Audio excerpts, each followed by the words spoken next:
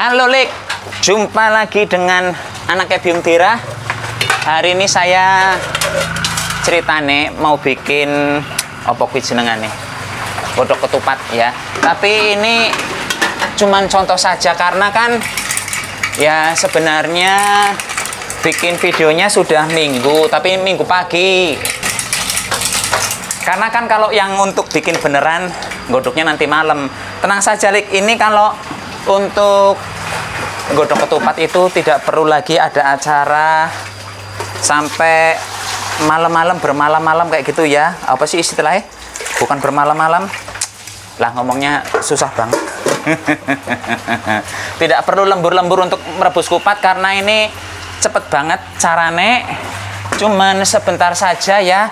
Ini direbus airnya selama 30 menit, tahu-tahu sudah matang kupate. Lik, ini sekarang kita ngerebus air dulu, biarkan sampai mendidih. Sambil merebus air, sini kameramennya ke sini. Nah, kita bisa ngerebus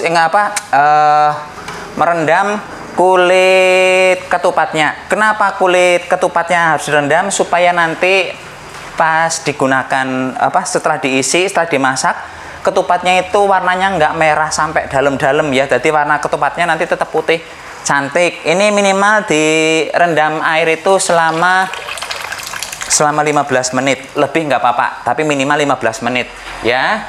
Dan yaudah, sekarang kita ngapain? Kita nggak ngapa-ngapain lagi, itu nunggu. Oh, kita langsung isani aja ya. Ini kebetulan sudah 15 menit. Sebenarnya saya ngerendamnya tapi tak guang dhisik banyune ya. Karena nek ora diguang kok iyalah. Sambil menunggu itunya mendidih, sekarang kita langsung siap-siap saja memasukkan beras ke dalam ke dalam selongsong. Tapi yang perlu diingat dari Liliknya membuat ketupat adalah jenis beras apa yang digunakan ya. Misalnya Liliknya menggunakan beras perak, maka sebelum dimasukkan ke dalam selongsong ketupat, berasnya wajib direndam di dalam air, ya selama 1 jam, tidak kurang tidak lebih. Terus nanti ketupatnya diisi sebanyak setengah saja ya, jangan kurang jangan lebih, setengah saja. Kok begitu Sapi? Karena kalau diisi sampai lebih dari setengah nanti berasnya tidak akan matang, ketupatnya tidak akan matang, malah jadinya keras ya, seperti itu. Karena kan kalau ciri karakter beras perak itu begitu dimasak dia akan ngembang. Kalau isinya kebanyakan nanti ngembangnya nggak sempurna, berasnya nggak matang. Terus kalau saya nggak ada beras perak, adanya beras pulen, gimana Sapi? Untuk beras pulen Lik, kita tidak perlu merendam, jadi berasnya cukup dicuci. Kalau mau dicuci, kalau nggak mau dicuci nggak apa-apa. Biasanya kalau beras yang tidak dicuci itu nanti si ketupatnya tidak akan cepat basi ya. Dan untuk takaran si ketupatnya itu sampai 3/4. Kalau yang tadi yang beras perak kan setengah ketupat. Kalau yang beras pulen itu 3/4. Nah, ini sekarang saya akan memasukkan beras sebanyak setengah bungkus ketupat ya. Tapi jujur saja Lik, sebenarnya saya nggak tahu ini beras yang saya gunakan apakah beras perak atau beras pulen. Kok ngono kuwi to Sapi, kowe kira genah banget bikin videonya? Iya, karena saya juga sebel sama yang jualan beras. Kemarin itu saya ke pasar beli beras, saya tanya ke penjualnya, ini beras perak apa beras pulen? Sing dagang anak muda, itu mungkin cuma membantu mamanya ya. Malah senyum, mungkin dipikirnya saya ganteng banget kok. Mau ganteng bagus ini kok tuku beras. Iya Lik. Jadi pas saya tanya, dia kayak mau jawab, mau bingung gitu. Iya, beras perak itu.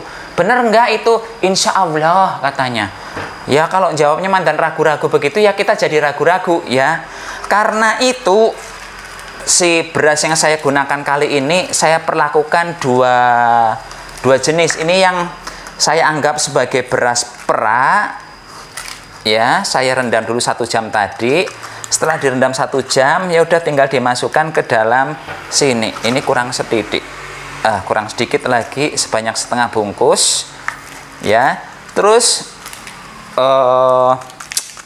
anggapan yang kedua, beras yang saya gunakan, yang saya beli kemarin di pasar adalah beras pulen.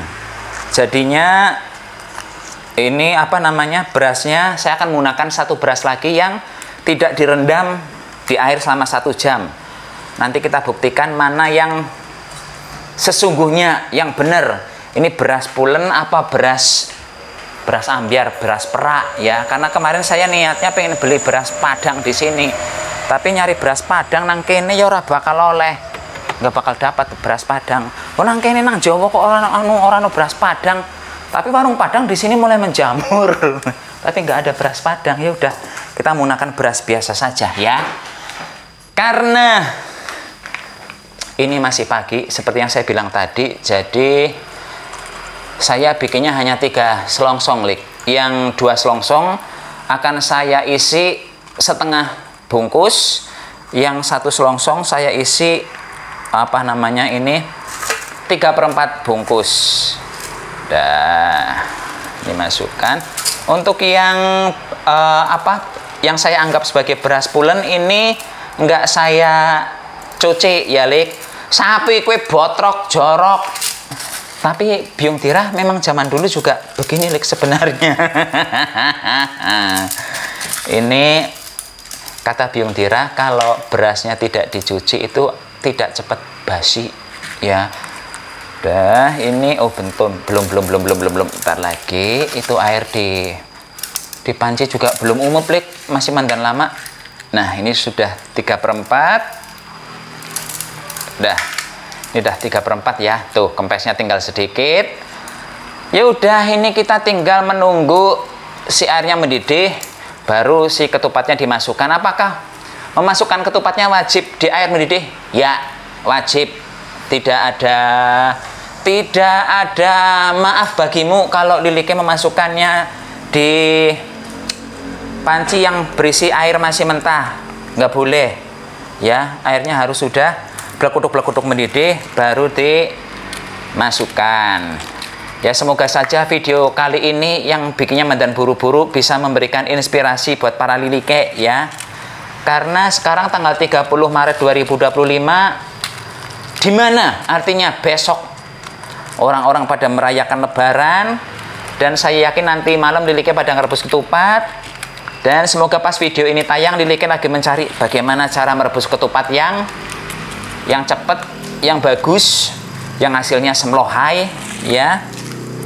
Dan dijamin, Lik, ini nanti Lilike hanya perlu memasak ketupatnya selama setengah jam saja. Ya dah, ini udah sebanyak setengah bungkus, saya kebanyakan berasnya ini. Oh yes, misalnya ini mau ditambah dengan aroma-aroma daun-daunan, kayak misalnya daun pandan, boleh, Lik. Daun pandannya dimasukkan dalam rebusan air ya. Dan, Lik, airnya udah mendidih itu 3 saja bikinnya ya. Nanti Lilike jangan protes, sapi kok gawe ming telu kowe medit pelit kikir tidak tara. Ini masih minggu pagi, Lik. Kalau sekarang bikinnya banyak langsung ya, orang lucu. Nah, ini langsung direbus, dimasukkan dalam air mendidih, kemudian ditutup lagi. Selanjutnya saya akan nih ya, si tutup pancinya dikasih pemberat seperti ini biar uap panasnya nggak hilang, karena kita di sini resepnya tidak menggunakan panci presto. Terus ini direbus selama 15 menit. Nanti setelah 15 menit si kompornya dimatikan. Ini pancinya jangan dibuka, biarkan selama 30 menit ya. Setelah 30 menit didiamkan, kemudian nyalakan lagi kompor, dimasak lagi selama 15 menit. Setelah itu dimatikan lagi kompornya, biarkan selama 30 menit lagi dengan kondisi tetap tertutup seperti ini ya, Lik ya. Jadi konsep memasak si ketupat ini adalah 15 menit pertama itu direbus ya selama 15 menit. Setelah itu dimatikan kompornya, tetap dalam kondisi ditutup seperti ini, dinyalakan lagi 15 menit. Setelah 15 menit kemudian dimatikan lagi kompornya selama 30 menit. Nggak usah diudak-udak, dibiarkan ditutup menggunakan pemberat ya, seperti ini, biar asap panasnya tetap nggak kemana-mana. Ya udah, begitu saja. Terus nanti kita langsung lihat hasilnya saja ya, Lik ya. karena liliknya juga sekarang lagi buru-buru. Dah, cus. Lik, ini sudah 30 menit yang kedua saya panas kok sebentar ya. 30 menit yang kedua saya mengistirahatkan si rebusan ketupat. Saya betul-betul belum ngecek ya. Kita lihat hasilnya. Setelah itu ya udah, kalau ternyata bagus, kayaknya nih bagus, kemari ya. Kayaknya cantik tuh, ya Lik ya. Hasilnya bagus kayaknya. Cuman lebih bagus yang mana antara yang ini yang diasumsikan sebagai beras pulen atau ini beras pera ya.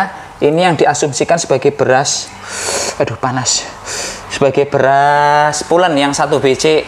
Untuk yang beras pulen ini kayaknya padat ya. Terus kalau yang diasumsikan sebagai beras pera ini tuh apa kuisinane? Atas. Ya enggak. Ini yang diasumsikan sebagai beras pera itu dia kayak lebih kenyal ya. Dan Lik, sekarang saya akan membelah dulu ketupat yang diasumsikan sebagai beras pulen ya. Ini mandan keras karena tadi diisinya sebanyak 3/4 bungkus. Kita lihat hasilnya, ini masih kemebul. Masih kemebul dan tuh mandan kepadatan Lik, yang ini jebulnya. Tapi masih udah bagus sih ya. Udah bagus, kalau misalnya mau dipotong-potong juga bisa. Tuh. Hasilnya masih panas banget ini. Ini bagus Lik, cuman ternyata saya kayaknya ngisinya kebanyakan ya. Dan sepertinya ini memang beras pera, beras ambiar. Jadi begitu diisi 3/4, ini bagian tengahnya kayak belum matang ya, jujur saja. Ini kalau saya nggak bohong-bohong, ini kameramannya mendekat lagi. Dan ini yang diasumsikan sebagai beras pera. Kita lihat jajal, apakah bibir saya asal dobles saja atau gimana. Tapi kalau ini kayaknya bagus. Masih panas. Tuh, cantik Lik. Hasilnya betul, berarti yang jual ini nggak bohong. Ini memang betul-betul ini beras ambiar ya, beras pera. Tuh, cantik. Monggo silahkan Lilik mencoba. Masih kemebul. Ini nanti kalau dingin dia akan jauh lebih bagus hasilnya, karena ini masih panas, jadi kayak masih mandan lengket-lengket di pesok ya. Monggo silahkan Lilik mencoba. Yang jelas resep ini tuh hemat gas karena cukup dimasak selama 30 menit saja. Cus. Selamat ya, karena besok lebaran.